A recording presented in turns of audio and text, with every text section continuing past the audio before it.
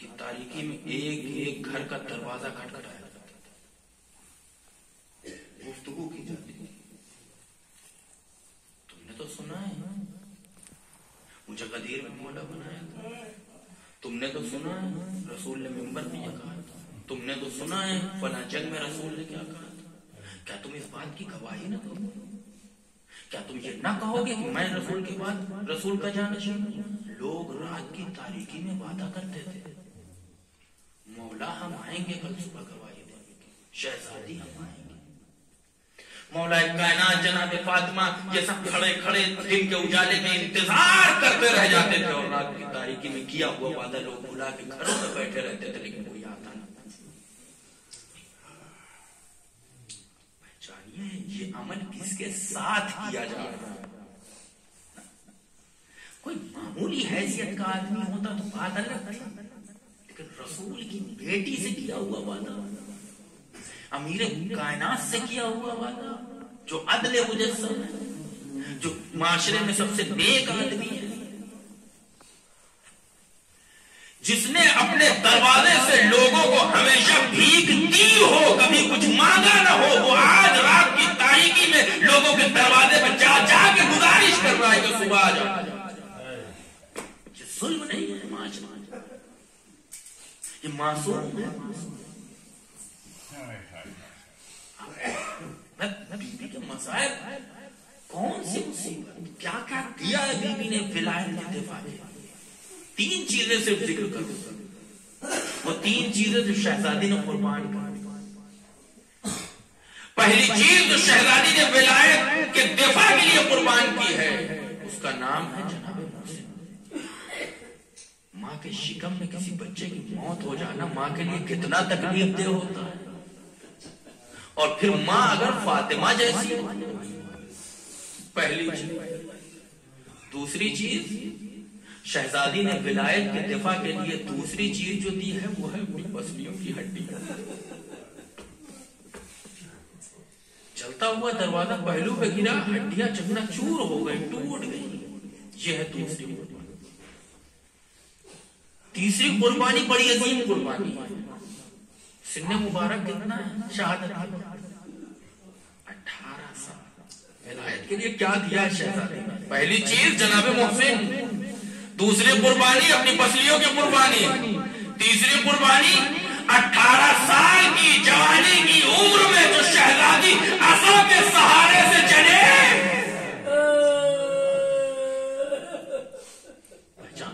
شہزادی نے کیا کیا؟ اپنی جوانی قربان کر دی ہے ولایت،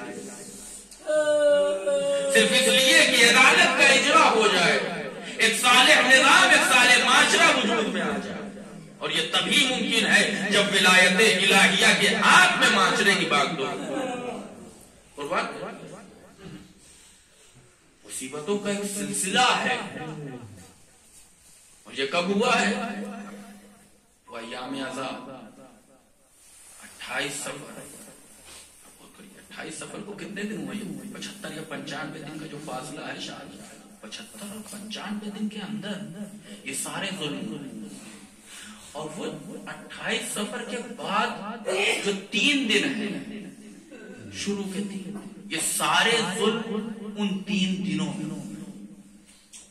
کون کون سے ظلم ہیں؟ آپ آگ اور لکڑی، انہی 3 آگ اور لکڑی لے کے دروازے پر جو دروازہ چلایا گیا ہے انہی پہلو پہ دروازہ انہی ایام میں ہوا ہے. پسلیوں کی ہڈیوں کا ٹوٹنا یہ انہی ایام میں ہوا ہے. مسلم کی شہادت انہی ایام میں ہوئی. علی کے گلے میں رسی کا پھندا انہی. ایک چھوٹے سے سن میں 18 سال کی عمر میں ایک خاتون کتنی مصیبتوں کو برداشت. مصیبتیں جب برداشت سے باہر ہو گئی تو انہی ظلم و ستم کا اثر تھا کہ شہزادی گھر میں ہیں، اسما سے کہہ رہی ہیں اسما میں نے کھانا بنا دیا ہے، میں اپنے حجرے میں جا رہی ہوں. جب تک میری تسبیح و تحلیل کی آوازیں آتی رہی سمجھنا میں زندہ ہوں. جب یہ آوازیں آنا بند ہو جائے تو سمجھ لینا میں اس دنیا سے چلی گئی. میرے بچے آئیں گے تھوڑی دیر میں. دیکھو اسما میری موت کی خبر انہیں بعد میں دینا، پہلے انہیں کھانا کھلا دینا، اس لیے کہ اگر میری موت کی خبر بچے کھانا نہ کھائیں گے اور میں چاہتی ہوں کہ میرے بچے بھوکے پیاسے نہ رہے۔ ہائے شہزادی، آپ کو آج اپنے بچوں کی بھوک اور پیاس کا اتنا خیال ہے؟ آئیے ذرا کربلا کا میدان تو دیکھیے، 3 دن کی بھوک اور پیاس ہے، اور یہ صرف حسین کے لیے نہیں ہے، حسین کے چھوٹے چھوٹے بچے علی اصغر بھی 3 دن سے پیاسے ہیں، سکینہ بھی 3۔ اجرکم اللہ۔ ہاں عزیزوں، بچے گھر کے اندر داخل ہوئے، اسما سے پوچھا، اسما ہماری ماں کہاں ہے؟ اسما نے کہا آؤ بچوں کھانا کھا لو۔ اسما ہماری ماں کہاں ہے؟ آؤ بچوں کھانا کھا لو۔ جب اسرار بڑھتا گیا تو ایک مرتبہ حسنین علیہ السلام کہتے ہیں، اسما کیا تم نے دیکھا ہے کہ ہم نے کبھی اپنی ماں کے بغیر کھانا کھایا ہو؟ بس ایک مرتبہ حجرے کا اشارہ کیا، حجرے میں پہنچے، شہزادی کے نزدیک پہنچے تو کیا دیکھا، شہزادی اس دنیا سے جا چکی ہیں۔ چھوٹے چھوٹے امامے سروں سے پھینکے مسجد کی طرف بڑھے، آواز دی، اے بابا، ارے ہم یتیم ہو گئے، ہماری ماں اس دنیا سے چلی گئی۔ تاریخ لکھتی ہے کہ علی مسجد کے دروازے سے لے کے گھر کے دروازے تک مختلف مقامات پر اپنے آپ کو سنبھال نہ سکے، غش کھاتے جاتے تھے، سر و سینہ پیٹتے جاتے تھے۔ اے فاطمہ، ارے رسول کے بعد تمہارا بڑا سہارا۔ مولا کائنات گھر میں وصیتیں پہلے ہی ہو چکی، وصیتیں، میرا غسل، حنوط، کفن اور دفن کا اہتمام اے علی تم کرنا، اور ایک بات کا خیال رکھنا، یہ سارے کام رات کی تاریکی میں کرنا، میرے جنازے کو رات کی تاریکی میں دفن کرنا، اور ایک بات کا اور خیال رکھنا، وہ لوگ جنہوں نے میرے اوپر ظلم کیا ہے انہیں میرے جنازے میں شریک ہونے کی اجازت نہ دینا۔ ہائے رسول کی بیٹی کا جنازہ ہے، کتنے افراد ہیں؟ انگلیوں پر گنے جانے والے افراد، 9، 10، 11 افراد جو جنازے کی مشاہدت کر رہے ہیں، تشییع جنازہ میں شامل۔ آپ سوچ سکتے اتنا بڑا عالم اسلام، اتنے صحابیوں سے بھرا ہوا مدینہ، اور اس میں چاہنے والے کتنے، 9 یا 10 افراد۔ اللہ پر یہ ہے مظلومیت شہزادی، یہ ہے مظلومیت شہزادی کون ہے؟ یہ لیجیے، غسل اور کفن کی تیاری۔ بس میں ایک روایت پڑھنا چاہتا ہوں اور اس کے بعد میں مجلس ختم کر دوں۔ مولا کائنات نے اپنے بچوں کو یہ سمجھایا کہ یہ بچوں ذرا آہستہ رونا۔ کیوں؟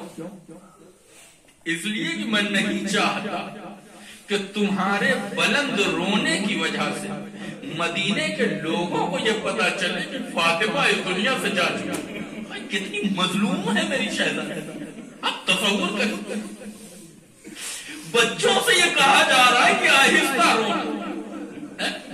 سلمان کھڑے ہوئے، مولا کائنات غسل و کفن میں مشغول ہے۔ تاریخ کہتی ہے کہ بچے آستینوں کو منہ میں دبا کے گریا کرتے ہیں۔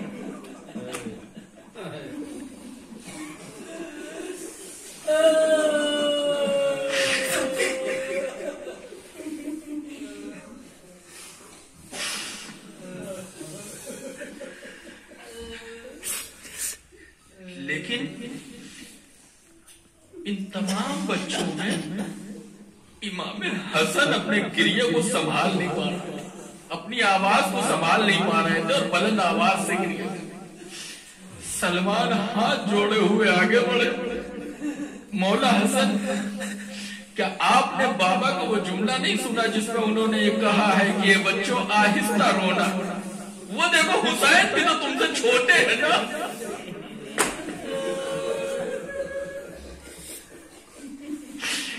دیکھو کیسے آہستہ رو رہے ہیں، آپ تو بڑے ہیں، بابا نے حکم دیا ہے آہستہ رونے کا۔ مولا حسن جانتے سلمان کو کیا جواب دیتے ہیں؟ میرے بابا کے صحابی جو منظر میں نے دیکھا،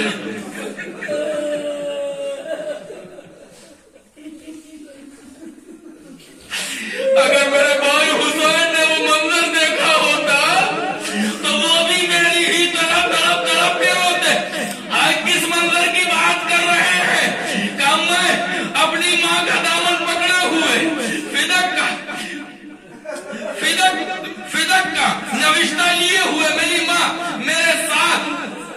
مدینے کی گلیوں سے ہوتے ہوئے اپنے گھر آ رہی تھی.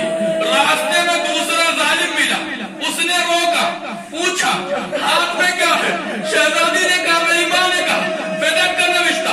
فدک کا نوشتہ چھیننے میں کفایت ہو جاتی تو شاید میں نہ روتا, لیکن اس کے بعد اس ظالم نے وہ کام کیا کہ میں وہیں پہ کھڑا رہا, لیکن میں کمزوری کی وجہ سے کچھ کر نہ سکا. اس نے اپنے ہاتھوں سے میری ماں کی رفتار میں تواچے.